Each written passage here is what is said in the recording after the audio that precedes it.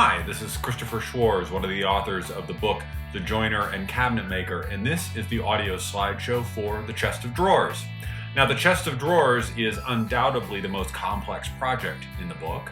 However, it really is straightforward if you just follow the very simple steps outlined in the book, and that's what we're going to do right here.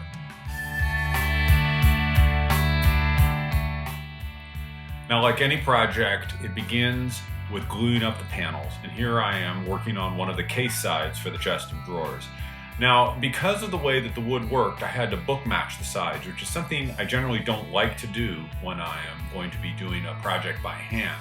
And when you book match a board, you're going to have grain that runs in two different directions. One half of the panel is going to run in one way, one half of the panel is going to run in the other way. Now, to deal with that, what I decided to do was to use a technique that was explained to me by Denis Puhalski, and that is to use a toothing iron to dress the board, which really allows you to ignore the grain direction.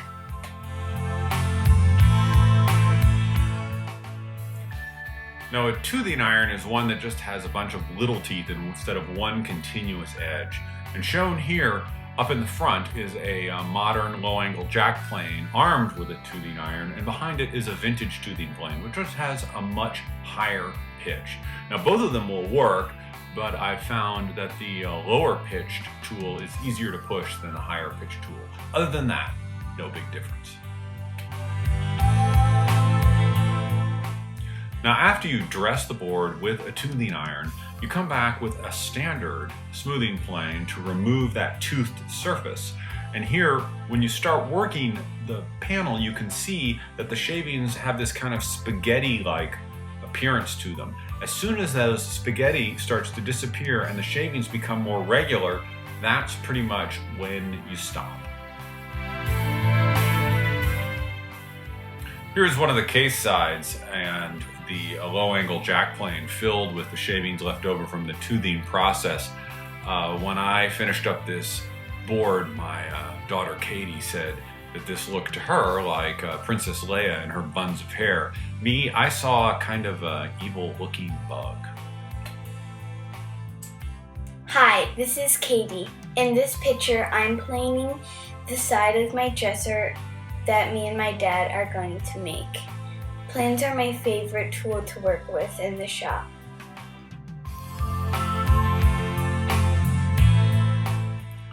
In fact, stopping Katie from planing was a lot harder than getting her to start. At this point, she kept planing and planing and plating the case side, and I had to really restrain her.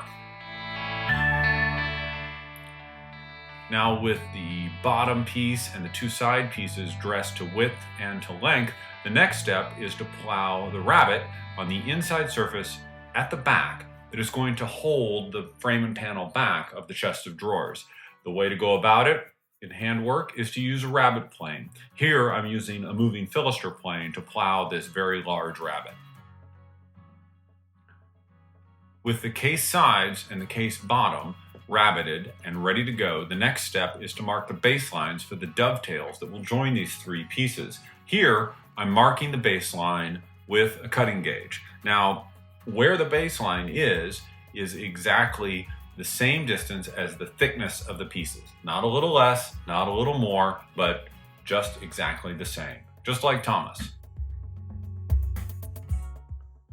Now, by this point, I don't think you really need a gratuitous shot of somebody cutting a dovetail tail.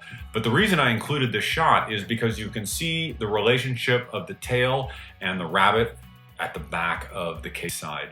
And if you note that I used a straight tail right at the rabbet, and this is to sort of save myself some space at the back of the case. With all the tails cut, the next step is to go in and remove the waste between the tails. I like to use a coping saw, though some people will go straight at it with a chisel. While I still have the case piece in my twin screw vise, the next thing I'll do is I want to remove that little bit of waste at the ends of the tailboards. And I create this little trench, which Robert Waring calls a first-class saw cut. And I make it with my chisel. And this little chisel cut guides my saw straight down. And then I chisel out the waist between the tails. The rule of thumb that I use is that I try to remove half of the length of the waist with each chisel cut. So I remove half of the waist, and then when I'm done, I try to remove half of the remaining waist, and then half of the remaining waist. And when I can't remove half of the remaining waist, that means I can drop the chisel tip into the baseline and pare down that last little bit of waist. When I'm transferring the shape of my tailboard onto my pin board, you notice that I have this shim of some nasty yellow pine underneath the tailboard. That's because the pin board, which is the bottom of the case, is so long that it's resting on the floor. I'll use this shim throughout the process of dovetailing. Now when I go to cut my pins, I really want to control very carefully where this kerf is. And so I always begin on the far side of the pin board and make just a few gentle strokes and then gradually bring my saw down, correcting as I go to try to hit that line right on. And here I am, just easing the saw down into the cut, making small adjustments as I go until I just hit that line. And this is what it looks like when I'm done cutting my pins. As you can see, I've pretty much split the line, but I've left just a little bit of meat there. Cherry is a softer species in the hardwoods, and it will compress a little bit. And this is something you kind of learn and get a feel for the more dovetailing you do. Here I am, cleaning out the majority of the waste between my pins with some swooping cuts from my coping saw. This is swoop number 1. And here is swoop number 2. Normally, I can get a little closer to the baseline than this. And then it's on to the chisel, just like with the tails, to remove the waste that is left from the sawing. Let's talk a little bit about test fitting now. Here I am test fitting this joint, and I really like to test fit my joints, even though I've been doing it for a long time. Now, some dovetail masochists will tell you that you shouldn't test fit your joints, that you should just glue them up and knock them together and let the chips fall where they may. And some of those chips are your case sides falling on your shop floor. I'm not that way. And young Thomas wasn't either. You should test fit, I think, because you don't want a bad split. Now, I know when I test fit a board that things are going well if I can seat the tails into the pin board with about halfway before I have to get the mallet. And that's where I am about now. I also use a scrap of wood, like you can see here, to spread the blows out from my mallet so that I don't dent the wood and that I don't push the case side down onto the pin board more than I intend to. Now, once I have the case sides and the case bottom all dovetailed together, the next step is to dovetail the 3 rails that join the 2 sides of the case up at the top. Now, these are joined with a single large dovetail, which you can call a condor tail or a pigeon tail or whatever large bird you want to call it. And here I am cutting the shape of the tail and removing the little end bits. And now I mark around the large tail. What's really important about this shot is that you can see the relationship of the rearmost rail and the large back rabbet on one of the case sides. Now, the text was a little bit confusing about exactly how this top rail and the back rabbet interacted, but this is how I chose to approach the problem. Now it's time to saw out the socket for the tail on the rails.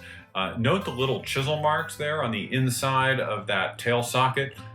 Those I stuck in there with a chisel to help guide my saw as I started it right on the corner. That's what Robert Waring calls a second-class saw cut, also something covered in the book.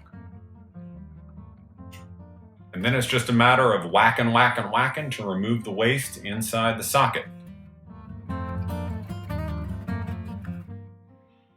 And here's the socket when it's completely done. Now, it doesn't have to be completely smoothing, plain, glass smooth surface. It just has to fit and hold the rail really tightly. And that's because the only person who's going to see this work is the furniture conservative who takes apart your work in about 100 years.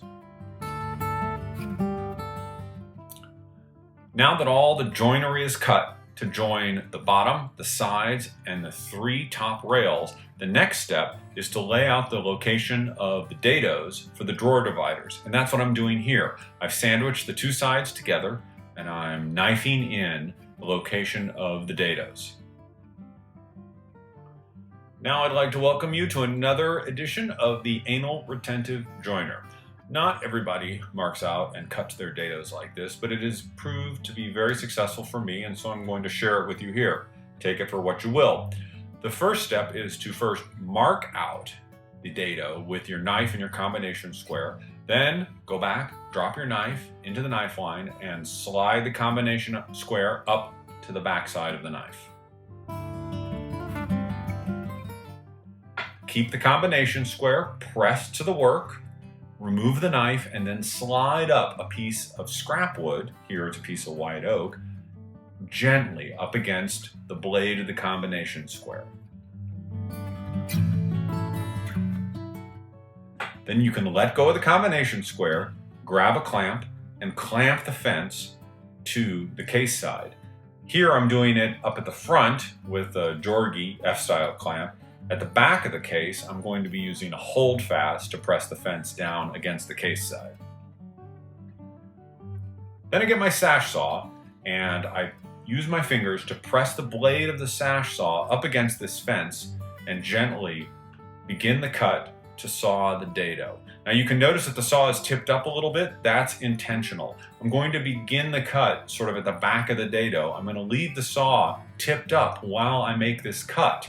I'm going to stop sawing when I hit the line at the front of the case. This will make the dado a little deeper at the back, but that doesn't matter because it'll never show and it will just aid in removing waste. Here's the easy part. Just get a 7/8 or 3/4 inch chisel or whatever fits exactly, put it at the end of your dado and knock it straight down. If you're going to remove the waste with a chisel, I recommend first taking off the sides of the dado, sort of making a mountain in the middle, and then come back and peel off that middle mountain. I personally prefer to use a router plane for this operation, and that is because a router plane provides a consistent depth of cut. Now, there were router planes at the time of Thomas in the joiner and cabinet maker, but they were called a hag's tooth or an old woman's tooth, and they were a little bit different, but essentially they did the same thing, which was to make recesses of a consistent depth. I hope you've enjoyed this episode of the Anal Retentive Joiner, and remember that in our next episode we will knit a cozy for our router plane. And here's the result at the end of the cut. Looks pretty good. Looks better, I would say, than any dado cut by a spinning modern router.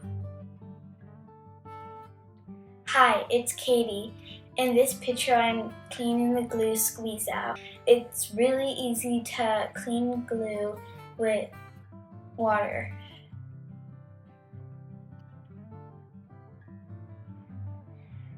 Each time we use the glue, I heat it. With the carcass together, we can turn our attention to building the frame and panel back of this chest of drawers. Now, in inspecting English furniture from this period, I haven't actually seen a lot of frame and panel backs, but I wouldn't skip this part. This is a great lesson in frame and panel construction, a great lesson in how to cut tenons and how to cut through mortises. So let's begin by plowing a 1/4 inch by 1/4 inch groove in all the rails and stiles that will hold a panel. With the grooves cut, I can now cut the mortises. Here I am making half of a through mortise with a mortising chisel. Now, because my plow plane iron and my mortise chisel are exactly the same width, this works really well. If for some reason one is metric and one is SAE, you might have some problems. And that is one of the reasons why you should choose one and stick with it. This is what it looks like after about 3 passes of pounding with my mortise chisel.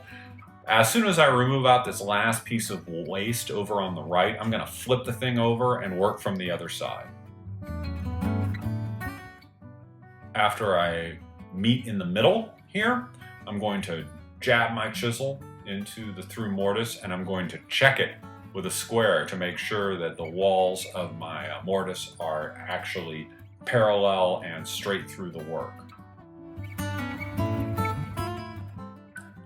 Here's what a good through mortise looks like to my eye. Yeah, it might look a little furry compared to a through mortise that is prepared with a router, but really this is good. All that really counts is that you have a lot of good wood-to-wood contact with your tenon and your mortise. If when you jam that tenon into that mortise, it really sticks and holds, you're good to go.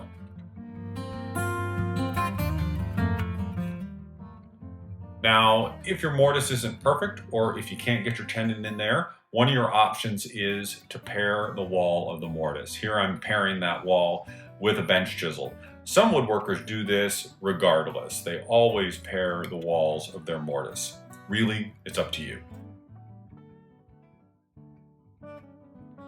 Now we can turn our attention to the tenon. The first thing to do is to mark the shoulder line of the tenon all the way around. I like to use a cutting gauge because it makes a fairly deep, consistent, and sharp mark. When you saw out your tenons, generally you tilt your tenon stock in your vise and saw down at an angle. Now, sawing at an angle has a lot of advantages. You are going to saw a lot straighter because you can see your cut advancing on two lines, on the end grain and on the edge grain. Then you tilt the work the other way and saw down, and then you put the work straight up and saw out that little mountain in the middle until you hit the baseline of your tenon. The most critical part here is sawing out the tenon shoulder, and that's what I'm doing right here. I am taking my bench chisel and I'm dropping it into the line left by my cutting gauge and knocking it down a few times. And then I'm going to come back and make a little V-cut that you'll see in the next photo. This is what Robert Waring calls a first-class saw cut, and it ensures that my tenon shoulder will start exactly where I want it to. Here I am making that little V-cut. And here I am sawing my tenon shoulder. One of the big advantages of using that little V-cut with your chisel is that you can use almost any saw to cut your tenon shoulder. I'm using here a rip file tenon saw to cut this shoulder, which is a cross cut. Since I made that chisel V-cut, no big deal. Worked just fine. No raggedness on the shoulder whatsoever. Here you can see the finished tenon cheek. Note that the shoulder is nice and clean. You can see even half of the pencil/knife line that I left. You'll also notice that I cut a little bit into the length of my actual tenon. That's pretty common. Want to watch it, want to try to avoid it, but it's going to happen. The good news is that the tenon is a little bit fat, and so I'm going to have to trim it down a little bit to fit in the mortise, and a lot of that will go away. Here's how I like to deal with the edge cheeks of a tenon such as this. Now I could saw out that waist area, but it's much faster to just slap the thing down on the workbench, put a chisel on its edge, and push in and peel off the edge cheeks until you hit your pencil line. Fast, efficient, and works great. Once I get this back frame all assembled, the next step is to measure the openings for the panels and then size my panels to the opening. Really, you don't want to cut your panels to size until you know your exact opening size. Now these panels are too thick to fit directly in the grooves and the rails and stiles, so I need to thin them down. I'm going to do what's called a raised panel, and that means I'm simply going to bevel off the four edges on each face of the board. The first step is to take a marking gauge or cutting gauge and to score the face all the way around to sort of set the limit of my bevel. With the field defined, I'm just going to grab my jack plane, set it for a fairly heavy cut, and then just peel off the waste at the edges until I remove it all the way down to my scribe line, which you can see there on the front edge nearest the screen. Once I hit my scribe line, I want to start testing the fit of the edge of the panel in the groove. And the way I do that is by using a mullet, and that's that little block of wood that I'm holding in my hand. Now, I have no idea what the mullet has to do with the lovely hairstyle by the same name, but I do know that a mullet really works. And a mullet is essentially a block of wood that has that same groove plowed in it that you have plowed in your rails and stiles. I run that block of wood all the way around the four edges of my panel. If it fits and the mullet moves smoothly around those four edges, then I also know that the panel is going to fit in the groove in my rails and stiles. And here I am with the glued up frame and panel for the back. And there are a couple little details that I'm sure you can see here that are interesting that we're going to talk about in the next slide. One of those details is what's called the horn, and that's where that stile sticks up above the rail by about an inch. Now, horns are sort of a traditional cabinet construction technique, and they are designed to do several things. The most important thing is that they keep your stile from splitting out as you're mortising it near the end. When you're done and the back is assembled, you need to remove those horns so that the back will fit into the back rabbet. And that's what I'm doing here with a saw. The back's complete, we've set it aside, and now we can turn our attention to the dividers and the dust panels. The dividers are the horizontal pieces of wood that go between the drawers all up and down the front of the case. Those horizontal dividers have a dust panel behind them between each bank of drawers, and they also have two runners that the drawers run on. Now, they work on the same principle as the frame and panel back. There are grooves in the dividers and the runners, and then these panels that float inside them. Now, you can bevel off the edges of the panels, just like we did for the frame and panel back, or you can use a different sort of plane. And that's what I'm doing here. This is sort of called a drawer bottom plane, and it makes drawer bottoms, but it also can be used for any internal panel. The other little piece of joinery you need to take care of here is you need to make a 1/8 inch deep dado in the top rail that's at the front and at the topmost drawer divider. And this will hold the vertical divider that goes between the two top drawers. It's made exactly the same as you cut the dados for the dividers in the case sides. Here is one of the grooved drawer runners, and I am notching out the backside of it. And the reason I'm notching out the backside of it is so that I can nail the drawer runner to the inside of the case. Now, this is a little bit different than what Thomas did in the joiner and cabinet maker. Instead of notching this out and nailing it back here, he simply nailed it from the outside of the case and into the drawer runner. Now, if you're going to veneer the outside of the case or you're going to paint the outside of the case, that's fine, but that's not the way that I was rolling.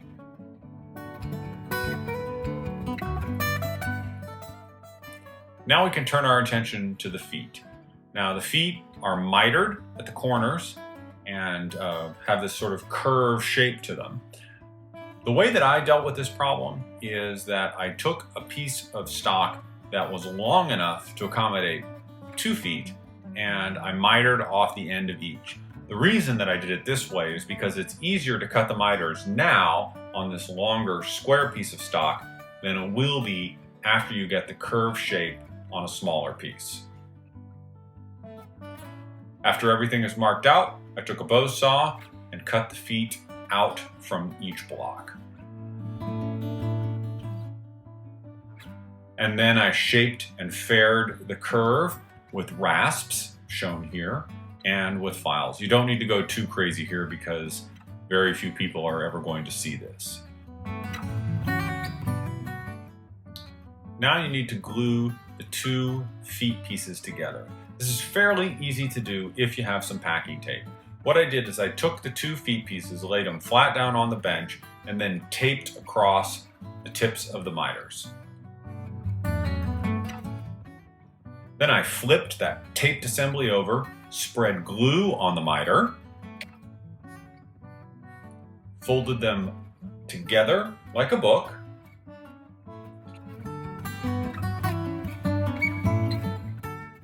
and then I taped the living snot out of them. Now you can see that glue squeeze out at the corner. The next thing I did was I removed a lot of that glue squeeze out. I didn't wash it out, but I just took a screwdriver or a dull chisel and pulled that glue bead out. The reason is I'm going to be putting some glue blocks in there, and the last thing I want to do is prevent the glue blocks from seating firmly into the inside corner of this assembled foot. Here you can see how I attached each assembled foot to the carcass. I used glue blocks, and a lot of nails. Now note the glue blocks that run from the carcass down to the foot. You see how there are a bunch of little individual blocks with the grain direction running different directions? This is deliberate, and it's covered in some detail in the book, The Joiner and Cabinet Maker. Period feet have a weakness, and this is one area where they often split and have problems because of wood movement. And this arrangement that you're seeing here is an attempt to get around that problem. After I get the 4 feet on, the last detail to deal with before I can turn my attention to the drawers is to put the drawer divider between the top 2 drawers. Now this is simply a piece of pine that is jammed between that front drawer divider and the rear of the case. I mark out its location, making sure that it's square, I pencil it in, and then I can either nail it or screw it to that dust panel. Now Thomas would have nailed it because nails were much less expensive, but if you have screws and can afford a few extra screws, those would also work. And here's the assembled carcass, minus the top, ready for fitting the drawers.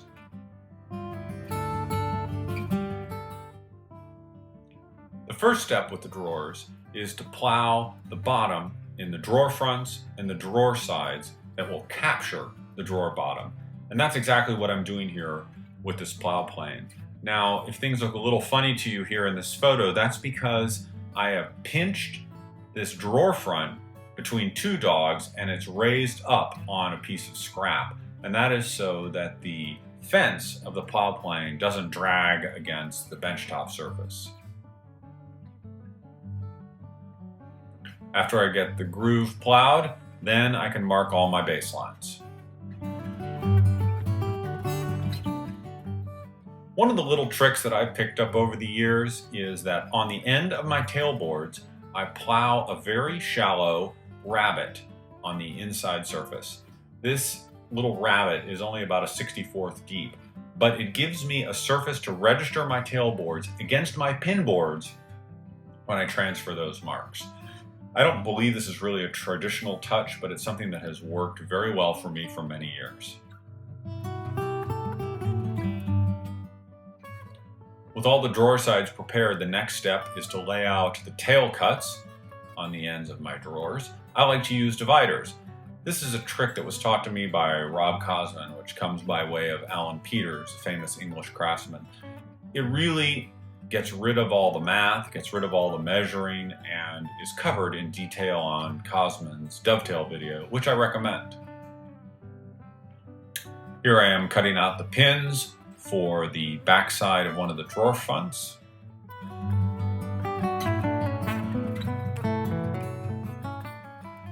And I'm making the little chisel V-notch that'll remove that little piece of waste at the end of my tailboards. And here's what you paid your money for. This is one of those little tricks that I've picked up over the years. Use a chisel pressed up against your pin board and then pressed up against the edge of your tailboard to hold everything in alignment as you get things ready to transfer your marks. This really, really works. The The only point of showing you this photo is that I like a spear point knife because I can run the back of it against my tails and flip it over left or right, whether I'm dealing with the right side or the left side of the tail. Traditionally, there are lots of ways of going about making this mark, but I'm really partial to the spear point knife.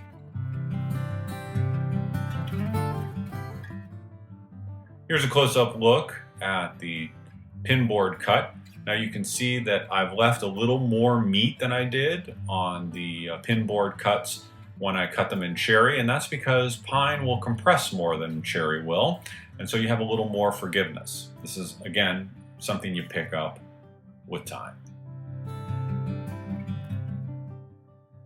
And here I am removing the waste between the pins.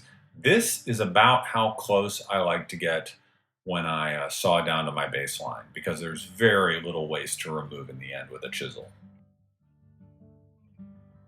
And here you can see how little waste there is to remove. Just takes a couple rounds of paring and you're all the way down to your baseline. Not a lot of effort either.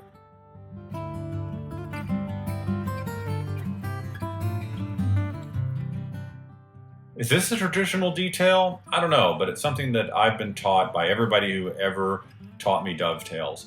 When you are going to assemble your tails to your pins, you want to ease the inside corners of your tailboard. This makes the tailboard easier to insert into the pin board, and it also prevents you from making mistakes as you move around the drawer to the other joints. If you pick up a tailboard and these little notches are already cut in your tails, then you know that this has already been assembled and is done. Keeps you from making some pretty stupid mistakes. And here you can see the finished results at the back of this drawer.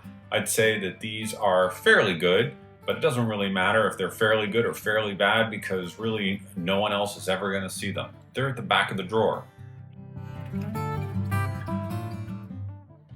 However, at the front of the drawer, I've got to be a lot more careful. Now, cutting out the tails is pretty much the same, no big difference, but cutting the pins is different. And that's what I'm doing here is I'm transferring my tailboard marks to my pinboard marks. You notice that the tailboard doesn't extend all the way through the pinboard, and that's why they're called half blinds or half lap joints or blind of one eye. And here's a close-up of that joint. Now you can also notice that I didn't plow the groove in this one before I cut my tails. You can go either way with it. Sometimes I'll plow the groove and then cut the tail. Sometimes I'll cut the tail and then plow the groove. However, one thing I always do is when I'm sawing out sockets for my pin boards on half blinds is I always overcut my baselines. And that's exactly what I'm doing here. Now, there are a lot of people who tell you should never, ever, ever cross your baseline, but I'll tell you that the historical record kind of disagrees with that approach. By overcutting your baseline and cutting much, much deeper on the inside of this drawer front, you are making it much easier to chisel out the waste between the sockets. And that's what I'm doing here. Now, the reason this waste looks a little funny is that I was experimenting with a technique that a friend told me, where he actually bores out a lot of the waste with a Forstner bit. Does it save time? Does it work better? I don't really know. You should give it a try and find out for yourself.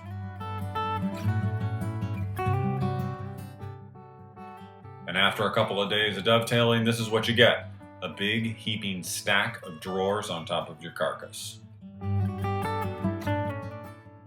And so the natural next thing to do is to have to fit them. What I do first is I stick them up on my bench, or in this case my table saw wing, and dress all the edges down to a consistent width. This is the most use that my table saw got during this project.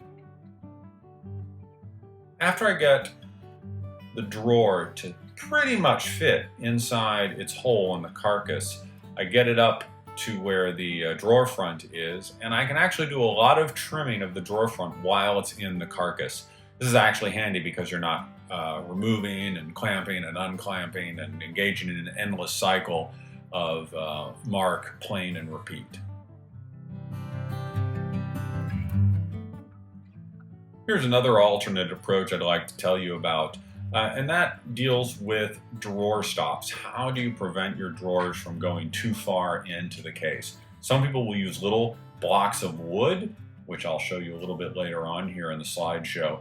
Other people just make the drawer bottom stick out a little bit from the back of the drawer. In other words, they leave their drawer bottom a little wide. And that's what I'm doing here. It works really well and is a lot simpler than drawer stops, actually. Now, in the joiner and cabinet maker, Thomas actually stops his drawers with little bits of wood that are called drawer stops. Just a little chunk of wood you can see there at the top of the screen. And here I am at the bottom of the screen marking out its location using a little waste block. And then I take my little piece of waste, put some glue on it, push it down up against my combination square, and the combination square is set to the thickness of that drawer front, and I hold everything in place until the glue starts to tack, and then I walk away.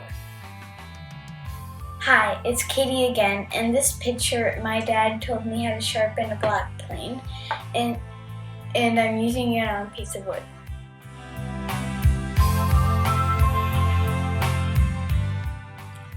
Whenever I install bail pulls in particular, I want to be real careful about where the holes go, because a little bit of error will make things completely unworkable. And so I make a template out of some plywood in this case, and then clamp it to the work and drill down through the holes in the template.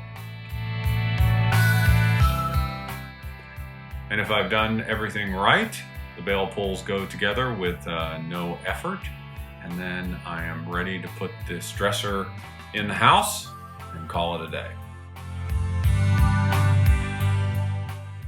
Bye, thanks for watching the video. I hope you enjoyed this audio slideshow from the chest of drawers from the book, The Joiner and Cabinet Maker, and I hope you enjoyed the book too. Joel Moskowitz and I had a great time researching and writing and bringing this book back to life. It's our hope that this book will provide for future woodworkers, such as Katie here, the answers to some of the questions that are going to come up in their minds as they dive into the world of handwork.